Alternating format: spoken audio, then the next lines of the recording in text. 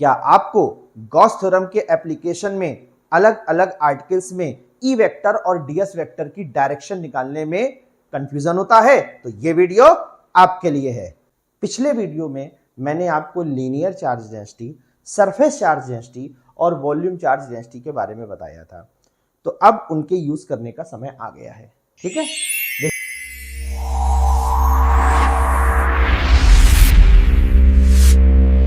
चलिए शुरू करते हैं।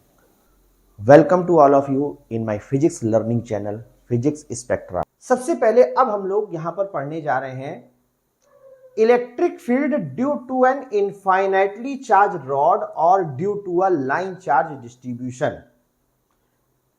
चार्ज लाइन के ऊपर फैला है।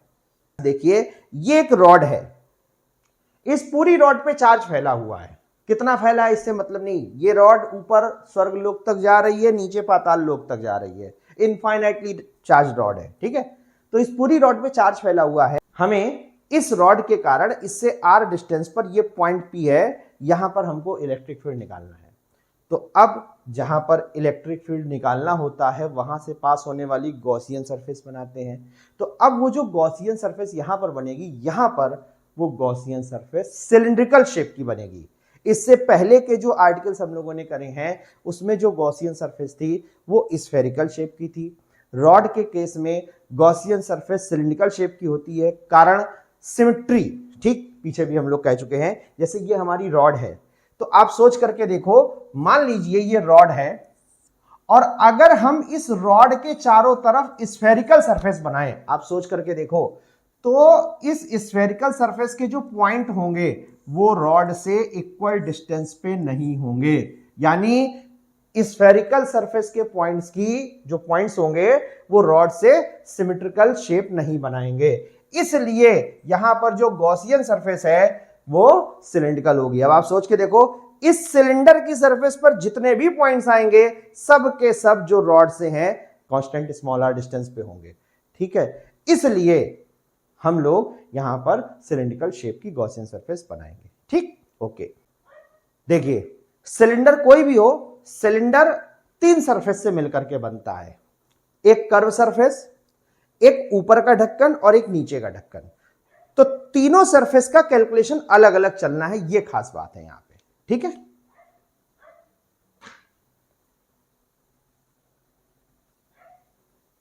आप देख सकते हैं मैंने ऊपर के ढक्कन को सिंबल दिया है S1। ये जो कर्व सरफेस है, कर्व सरफेस को सिंबल दिया है S2 और नीचे का जो ढक्कन है उसका सिंबल है S3। S1 ऊपर का ढक्कन, S2 कर्व सरफेस और S3 नीचे का ढक्कन। दिमाग में रखना। ठीक, इन तीनों सरफेस के लिए हमें ई वेक्टर और डीएस वेक्टर के बीच का एंगल निकालना है, जो इस आर्टिकल का मेन पॉइंट है। इस आर्टिकल का मेन पॉइंट क्या है? हमें इन तीनों सरफेस के लिए ई वेक्टर और डीएस वेक्टर के बीच का एंगल निकालना है। यही बच्चों को नहीं समझ में आता है, इस वजह से गड़बड़ हो जाता है। अगर कोई पॉजिटिव चार्ज है, कहीं पर भी इलेक्ट्रिक फील्ड निकालना है तो आउटवर्ड डायरेक्शन में बनाना होगा। अगर निगेटिव होता तो इनवर्ट बनाते। तो ई की डायरेक्शन के लिए चार्ज का पॉजिटिव निगेटिव साइन देखना है। एरिया वेक्टर या डीएस वेक्टर कैसे बनाना है? जिस एरिया पर एरिया वेक्टर बनाना है उसके परपेंडिकुलर वेक्टर होना चाहिए।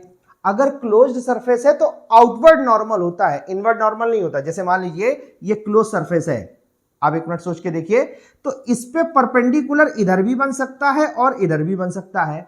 तो एरिया वेक्टर का रूल है क्लोज सरफेस के लिए आउटवर्ड नॉर्मल ये वाला है, ये वाला नॉर्मल नहीं लिया जाएगा। तो याद रखिएगा, एरिया वेक्टर एरिया के परपेंडिकुलर तो होता है, मगर अगर क्लोज सरफेस के लिए कभी बनाएंगे तो आउटवर्ड नॉर्मल।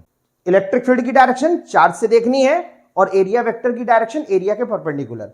इन रूल्स को ध्यान रखते हुए हम ई और डीएस के बीच की डायरेक्शन बनाने जा रहे हैं। अब आपको बहुत ध्यान से देखना है। देखिए, सबसे पहले ये ऊपर का ढक्कन, तो अगर हमको इसका एरिया वेक्टर बनाना है तो इसके परपेंडिकुलर ये बना है डीएस वेक्टर। ये डीएस वेक्टर ऊपर के ढक्कन के लिए एरिया वेक्टर।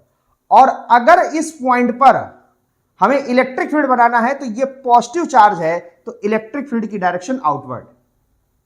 ठीक, अगर हम ये पॉइंट नीचे के ढक्कन पे लेते हैं तो नीचे के ढक्कन पे जब हम पॉइंट लेंगे तो उसके परपेंडिकुलर एरिया वेक्टर नीचे की तरफ, तो देखिए ये बना हुआ है ds वेक्टर, आउटवर्ड नॉर्मल है, ऐसे पर इस ढक्कन के परपेंडिकुलर ऐसे नहीं बनाना है आपको नीचे की तरफ बनाना है, ठीक है। तो ये बन गया एरिया वेक्टर, और अगर इस पॉजिटिव चार्ज के कारण इलेक्ट्रिक फील्ड है तो बाहर की तरफ, तो ये बना है इलेक्ट्रिक फील्ड और ये बना है एरिया वेक्टर। उसी तरह इसमें ये बना है इलेक्ट्रिक फील्ड और ये बना है area vector. Electric field charge से आउटवर्ड। अगर हम एक पॉइंट यहां पर लेते हैं, ध्यान से देखिए, तो अगर सरफेस पर ये जो एरिया बनेगा इसके परपेंडिकुलर जब हम एरिया वेक्टर बनाएंगे तो एरिया वेक्टर ds ऐसे आएगा, और सोच करके देखो इस पॉजिटिव चार्ज के कारण जो इलेक्ट्रिक फील्ड आएगा वो भी तो आउटवर्ड आएगा। ध्यान देने वाली बात यह है कि इस केस में एरिया वेक्टर ऐसे है, इलेक्ट्रिक फील्ड वेक्टर ऐसे है। इस केस में एरिया वेक्टर और इलेक्ट्रिक फील्ड के वेक्टर के बीच का एंगल 0 है, और अगर यहां पे पॉइंट लेते हैं तो एरिया वेक्टर ऐसे है और इलेक्ट्रिक फील्ड ऐसे है। यानी कहने का मतलब यह हुआ कि इस आर्टिकल के लिए जब हम ऊपर वाले S1 सरफेस पर कोई पॉइंट लेंगे तो E वेक्टर और ds वेक्टर के बीच का एंगल 90। अगर हम कर्व सरफेस पे कोई पॉइंट लेते हैं तो E और ds के बीच का एंगल 0, और अगर नीचे वाली सरफेस S3 पे कोई पॉइंट लेते हैं तो उसके लिए E और ds के बीच का एंगल फिर से 90। ठीक, अब इसको अगर आप ध्यान से समझ लेते हैं तो बस आगे का कैलकुलेशन आपके लिए एकदम आसान हो जाएगा। मेरे टेलीग्राम चैनल को सभी लोग ज्वाइन कर लें, क्योंकि जो भी मैं पढ़ाता जा रहा हूं उसकी पीडीएफ मैं इसमें शेयर करूंगा। और वीडियो को लाइक करें, चैनल को सब्सक्राइब करें और बेल आइकन दबाना बिल्कुल ना भूलें, ताकि मेरे हर नए वीडियो के नोटिफिकेशंस आपको मिलते रहें। Thank you. ये देखिए थ्योरी लिखी हुई है, consider a rod of infinite length having linear charge density lambda coulomb per metre. Linear charge density lambda coulomb per metre पिछले वीडियो में क्लियर कर चुके हैं। We have to find flux, phi E का मतलब electric flux, at a point P at a distance small r from the rod. Consider a hypothetical cylindrical Gaussian surface. देखिए Gaussian surface दिखाई नहीं देती, हम लोग रॉड के चारों तरफ इमेजिनरी सरफेस ड्रॉ करते हैं, यही गॉसियन सरफेस है। ठीक है, तो Gaussian surface passing through point P। ठीक, अब सिलेंडर क्यों चूज किया गया, सिमेट्री के कारण चूज किया गया, इसके बारे में भी हम लोग अभी अभी पढ़ चुके हैं। सबसे पहले फाई का general formula, phi is equal to close surface integral E vector dot ds vector. ठीक है, अब इस इंटीग्रल को हमने 3 पार्ट में तोड़ा, S1, S2 और S3।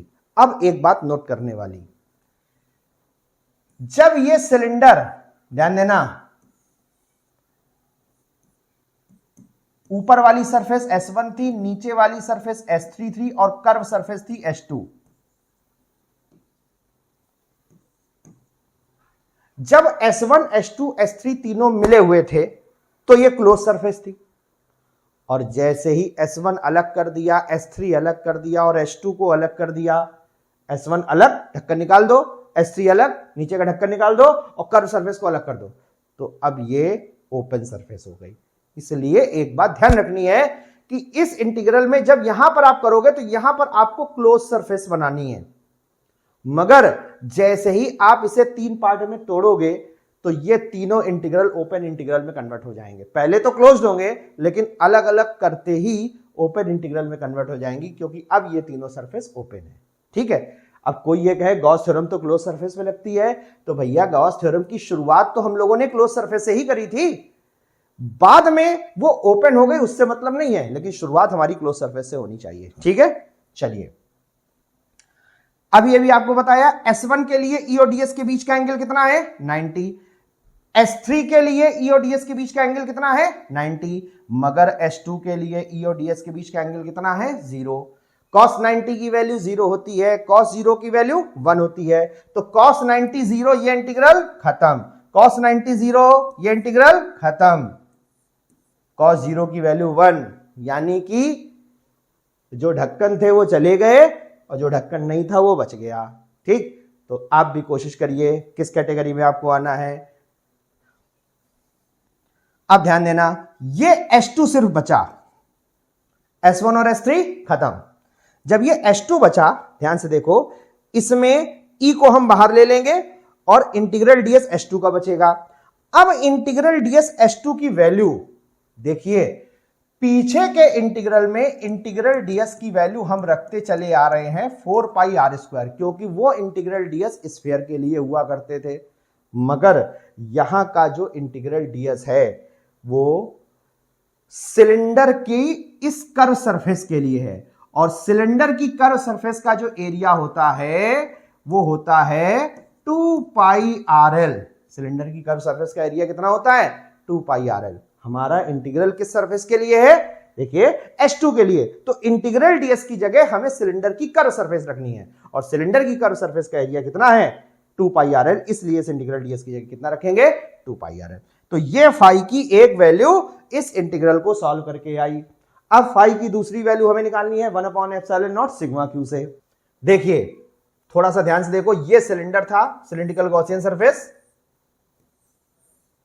हमारी रॉड सिलेंडर के आर पार पूरी थी। अभी जो फिगर आपने देखा था, पूरी रॉड पे चार्ज फैला हुआ था।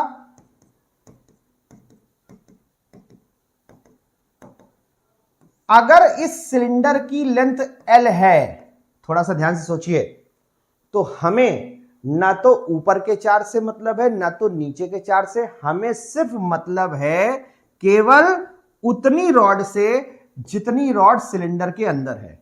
हमें केवल कितनी रॉड से मतलब है?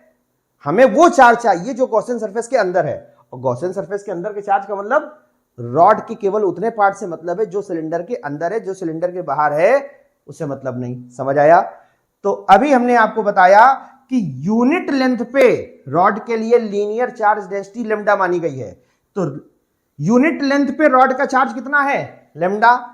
तो एल लेंथ पे कितना चार्ज होगा? Lambda L. ध्यान से देखना, रॉड की लीनियर चार्ज डेंसिटी है लेम्डा कूलम पर मीटर, यानी यूनिट लेंथ पे चार्ज है लेम्डा कूलम, तो एल लेंथ पे चार्ज कितना होगा? Lambda L coulomb.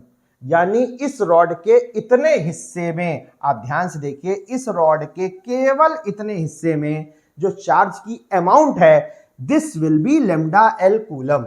और यही लेम्डा एल कूलम वो चार्ज है जो गॉसियन सरफेस के अंदर है, तो इसलिए सिग्मा क्यू की जगह लेम्डा एल रख देना है। ये हमारी इक्वेशन नंबर 2 आ गई।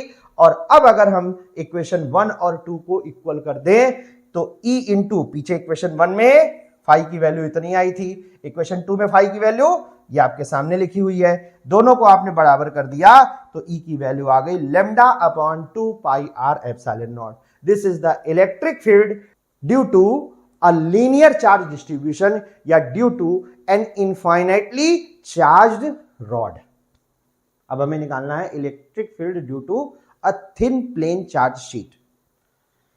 अब की बार जो चार्ज है वो एक प्लेट पे फैला हुआ है, ठीक है? तो हमें इस प्लेट से मान लीजिए आर डिस्टेंस पर ये पॉइंट है और जहां पर हमें इलेक्ट्रिक फील्ड निकालना है, ठीक? तो इसके लिए आपको गॉसियन सरफेस कैसे बनानी? पहले देखिए, जैसे मान लीजिए ये प्लेट है और आपको इस प्लेट से यहां पर आर डिस्टेंस पर एक पॉइंट है जहां पर इलेक्ट्रिक फील्ड निकालना है, ठीक? तो अब करना क्या है, जितनी डिस्टेंस पर यह पॉइंट था P, उतनी ही डिस्टेंस पर इस प्लेट से इस तरफ आर डिस्टेंस पर उसका इमेज पॉइंट लेना है। अगर ये आर डिस्टेंस पे था तो इधर भी आर डिस्टेंस पर, तो इस P का इमेज पॉइंट हो गया P डैश। अब क्या करना है, थोड़ा सा ध्यान से सोचो, ये बीचों बीच में प्लेट है, यहां पॉइंट P था, यहां पॉइंट P डैश लिया, और अब इन दोनों पॉइंट पर एक एरिया बनाया और उस एरिया को इस तरीके से सिलेंडर के फॉर्म में जोड़ दिया, तो यहां पर एक सिलिंड्रिकल गॉसियन सरफेस तैयार हो गई जिसका यह डायग्राम बना हुआ है। ध्यान से देखिए इस डायग्राम को, डायग्राम समझ में आया? ठीक है, तो इस तरीके से ये पॉइंट P है, ये उसका इमेज पॉइंट है, ये एरिया बना है A, ये एरिया बना है A, इसको आर पार करके हम लोगों ने मिला दिया, तो ये एक सिलिंड्रिकल गॉसियन सरफेस बन गई। अब हमें इस सिलिंड्रिकल गॉसियन सरफेस के लिए गॉस थ्योरम के इंटीग्रल को सॉल्व करना है, ठीक है? तो सबसे पहले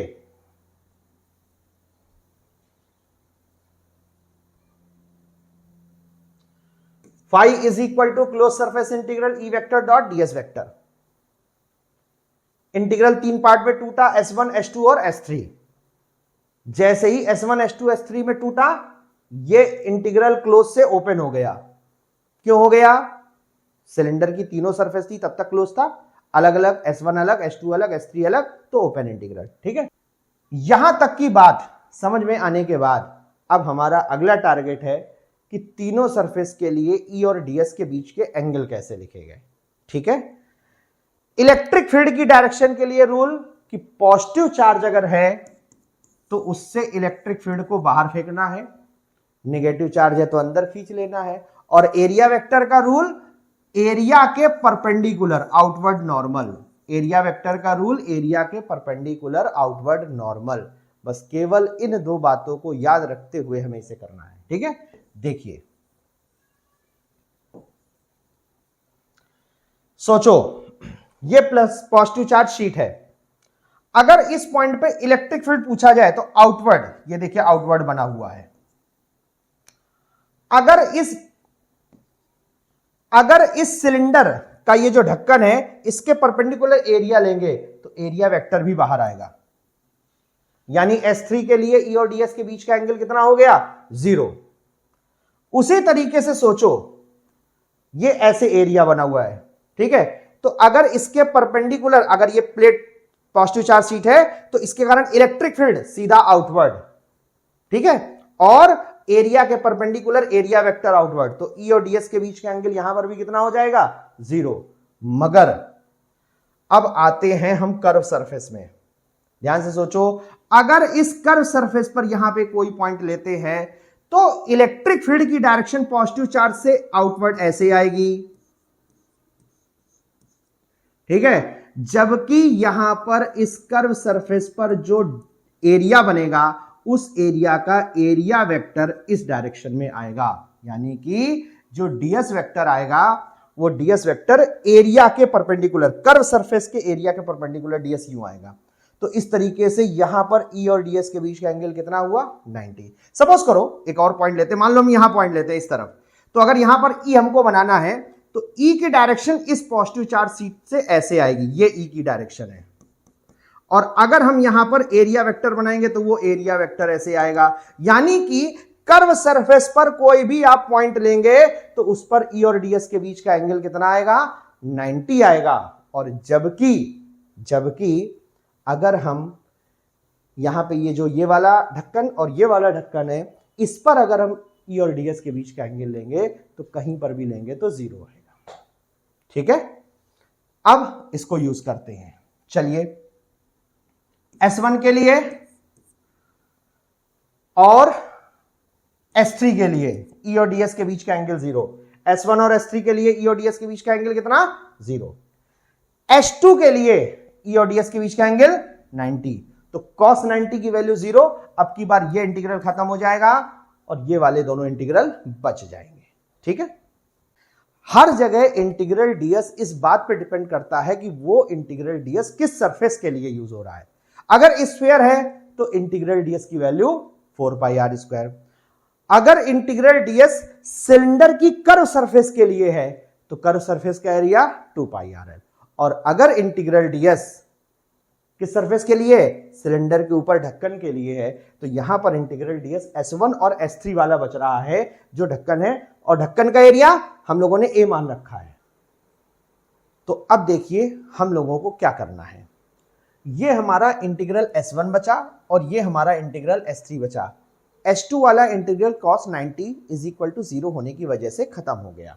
ठीक है, E एज अ कांस्टेंट बाहर हो जाएगा, इसमें भी और इसमें भी बाहर हो जाएगा। तो जब E बाहर हो जाएगा तो इंटीग्रल ds S1 और इंटीग्रल ds S3। और अभी अभी हमने आपको बताया कि इंटीग्रल ds S1 या इंटीग्रल ds S3 की जो वैल्यू है वो है कैपिटल A। कितनी है वैल्यू? Capital A। अभी क्लियर किया, तो इसका मतलब इन दोनों की जगह हम लोगों ने A रख दिया, तो EA प्लस ये फाई की एक वैल्यू आ गई 2EA, ये आ गई इंटीग्रल को सॉल्व करके। ठीक है, अब यहां पर एक बात ध्यान देने वाली बात है कि S1 और S3 के लिए जो फ्लक्स उससे पास हो रहा है वो मैक्सिमम है। ठीक, और S2 से पास होने वाला जो फ्लक्स है वो cos 90 की वजह से कितना हो गया है? 0 हो गया है। ठीक,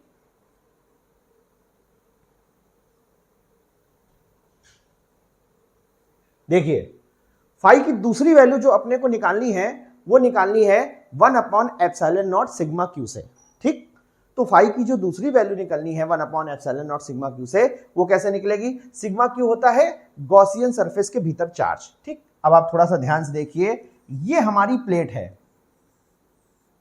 इसके आर पार हम लोगों ने इस तरीके से गॉसियन सरफेस बना रखी है।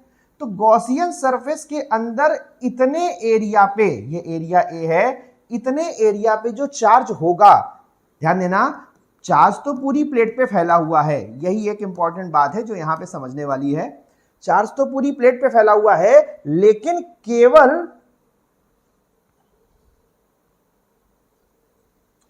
केवल इतने एरिया पे जो प्लेट पे चार्ज होगा वो गॉसियन सरफेस के अंदर आएगा और बाकी सारा चार्ज गॉसियन सरफेस के बाहर हो जाएगा। तो अब इतने एरिया का चार्ज कैसे कैलकुलेट करेंगे? इस प्लेट पर जो सरफेस चार्ज डेंसिटी है वो सिग्मा है, तो अगर 1 मीटर स्क्वायर पे सिग्मा कूलम चार्ज है तो ए एरिया पे कितना चार्ज होगा? सिग्मा ए। और ये जो सिग्मा ए है ये वैल्यू हमें पुट करनी है सिग्मा क्यू की जगह पर। ध्यान देना, इतने एरिया में जो चार्ज आएगा इस प्लेट पर वो गॉसियन सरफेस के अंदर होगा, बाकी ये सब जो चार्ज है वो गॉसियन सरफेस की क्या हो जाएगा? बाहर। तो केवल इतने एरिया का चार्ज, यूनिट एरिया पे चार्ज है सिग्मा, तो ए एरिया पे चार्ज है सिग्मा ए कूलम, ये हमें सिग्मा क्यू की जगह रखना है। ठीक, तो देखिए सिग्मा क्यू की जगह कितना रख दिया हम लोगों ने? सिग्मा ए रख दिया। अब हम इक्वेशन 1 और 2, इक्वेशन 1 में भी फाई की वैल्यू थी और इक्वेशन 2 में भी फाई की वैल्यू, दोनों 1 और 2 को क्या करेंगे? कंपेयर। तो 2EA is equal to 1/ε0 sigma A, 1 और 2 को कंपेयर किया, जिससे E की वैल्यू आ गई इतनी, यानी E इज इक्वल टू आ गया सिग्मा अपॉन 2ε0। ठीक है, खास बात यह है कि ये जो इलेक्ट्रिक फील्ड है, ध्यान देना, ये जो इलेक्ट्रिक फील्ड है ये डिस्टेंस पे डिपेंड नहीं करता। अभी तक आप लोगों ने जितने भी इलेक्ट्रिक फील्ड के फार्मूले निकाले हैं सभी फार्मूलों में आर आता था, केवल यही एक इकलौता फार्मूला है जिसके फार्मूले में आर नहीं आता। इसका मतलब यह है कि अगर ये प्लेट है तो इससे चाहे आप यहां पे पॉइंट लीजिए, चाहे यहां पे लीजिए, चाहे यहां पे लीजिए, फाइनाइट डिस्टेंस के लिए पॉइंट की डिस्टेंस मतलब फाइनाइट होना चाहिए, इनफाइनाइट पे नहीं होना चाहिए। ठीक है, चाहे पॉइंट यहां पर हो, चाहे पॉइंट यहां पर हो, चाहे पॉइंट यहां पर हो, सभी पर ई की वैल्यू सेम आएगी, क्योंकि यह फार्मूला डिस्टेंस पर डिपेंड नहीं करता। अभी तक हम लोगों ने अलग अलग प्रकार के चार्ज डिस्ट्रीब्यूशन के कारण जो भी इलेक्ट्रिक फील्ड निकाले हैं उन सब का एक साथ एक कैलकुलेशन हम लोग करते हैं। देखिए, पॉइंट चार्ज के कारण जो इलेक्ट्रिक फील्ड होता है वो होता है E is equal to 1/4πε0 Q/r², और ये E प्रोपोर्शनल 1/r²। अगर कोई चार्ज स्फीयर है तो उसके आउटर पॉइंट पर इलेक्ट्रिक फील्ड का ये फार्मूला है, पॉइंट चार्ज के सेम होता है, मैंने आपको बताया था। तो E प्रोपोर्शनल 1/r² यहां पर भी है। ठीक है, अगर कोई डाइपोल है तो डाइपोल की जो एंड ऑन पोजीशन होती है उसके कारण इलेक्ट्रिक फील्ड 1/4πε0 2p/r³। तो इसमें खास बात है E प्रोपोर्शनल 1/r³। अगर पेपर में कहीं पर क्वेश्चन आ जाए कि किस चार्ज के कारण या किस चार्ज सिस्टम के कारण इलेक्ट्रिक फील्ड r³ के इनवर्सली प्रोपोर्शनल होता है, तो याद रखना डाइपोल के कारण होता है। ठीक है, फिर हम लोगों ने लाइन चार्ज डिस्ट्रीब्यूशन के कारण निकाला, तो लाइन चार्ज का जो डिस्ट्रीब्यूशन का इलेक्ट्रिक फील्ड होता है λ/2πr∈0 होता है, तो इसमें E प्रोपोर्शनल 1/r होता है। ठीक है, देखो ये सारे इलेक्ट्रिक फील्ड R पे डिपेंड कर रहे हैं, मगर केवल ये वाला जो इलेक्ट्रिक फील्ड होता है ना, जो प्लेट का इलेक्ट्रिक फील्ड होता है, ये R पे डिपेंड नहीं करता, σ/2ε0 होता है, तो ये वाला R पे डिपेंड नहीं करता। बाकी सारे इलेक्ट्रिक फील्ड जो होते हैं वो R पर डिपेंड करते हैं। तो जो बाकी इलेक्ट्रिक फील्ड होते हैं वो R पे डिपेंड करते हैं, मगर प्लेट वाला इलेक्ट्रिक फील्ड R पे डिपेंड क्यों नहीं करता, इसका भी एक रीजन आप लोग समझ लीजिए। जैसे मान लीजिए पॉइंट चार्ज है, तो पॉइंट चार्ज से जो इलेक्ट्रिक फील्ड निकलता है वो लाइनें धीरे धीरे दूर हो जाती हैं, इसको हम लोग बोलते हैं diverging electric field. Diverging electric field अगर कहीं पर बना है, अब मान लीजिए एक पॉइंट ये, एक पॉइंट ये, एक पॉइंट ये, जैसे जैसे हम पॉइंट वेरी कराएंगे तो लाइंस के बीच की डिस्टेंस में फर्क पड़ेगा। इसका मतलब R के बढ़ने पर E की वैल्यू घटेगी, तो ये इलेक्ट्रिक फील्ड R पे डिपेंड करेगा। ठीक, अगर मान लीजिए हम लोग लाइन चार्ज लेते हैं, लाइन चार्ज का मतलब एक लाइन के ऊपर चार्ज फैला है, तो वहां पर भी जो इलेक्ट्रिक फील्ड होता है वो सिलिंड्रिकल शेप में होता है। ठीक है, तो जब सिलेंडर में भी इलेक्ट्रिक फील्ड की लाइनें आगे बढ़ेंगी तो आर बढ़ने पर उनकी डिस्टेंस में फर्क पड़ेगा। इसका मतलब ये वाला इलेक्ट्रिक फील्ड भी आर पे डिपेंड करता है। अगर ऐसे ही हम कोई स्फेरिकल चार्ज लेते हैं तो स्फेरिकल चार्ज में भी जो इलेक्ट्रिक फील्ड की लाइनें होती हैं वो डाइवर्जिंग होती हैं। यहां से भी जो इलेक्ट्रिक फील्ड निकलेगा वो कैसा निकलेगा, जैसे जैसे लाइनें आगे बढ़ेंगी उनके बीच की डिस्टेंस क्या होती जाएगी, बढ़ती जाएगी। मगर ध्यान से सोचो, अगर हम एक चार्ज्ड प्लेट लेते हैं तो इस चार्ज प्लेट का इलेक्ट्रिक फील्ड डाइवर्जिंग नहीं होता, ये पैरेलल होता है। समझे? यानी कहने का मतलब यह है, चूंकि ये पैरेलल इलेक्ट्रिक फील्ड है तो इसमें जो लाइनों के बीच की डिस्टेंस होगी वो वेरी नहीं करेगी, और जब लाइनों के बीच की डिस्टेंस वेरी नहीं करेगी तो ये इलेक्ट्रिक फील्ड आर पे डिपेंड नहीं करता। यही कारण है कि जो प्लेट का इलेक्ट्रिक फील्ड होता है वो आर पे डिपेंड नहीं करता, जबकि बाकी सारे जो इलेक्ट्रिक फील्ड होते हैं वो आर पे डिपेंड करते हैं। मेरे टेलीग्राम चैनल को सभी लोग ज्वाइन कर लें, क्योंकि जो भी मैं पढ़ाता जा रहा हूं उसकी पीडीएफ मैं इसमें शेयर करूंगा। और वीडियो को लाइक करें, चैनल को सब्सक्राइब करें और बेल आइकन दबाना बिल्कुल ना भूलें, ताकि मेरे हर नए वीडियो के नोटिफिकेशंस आपको मिलते रहें। Thank you.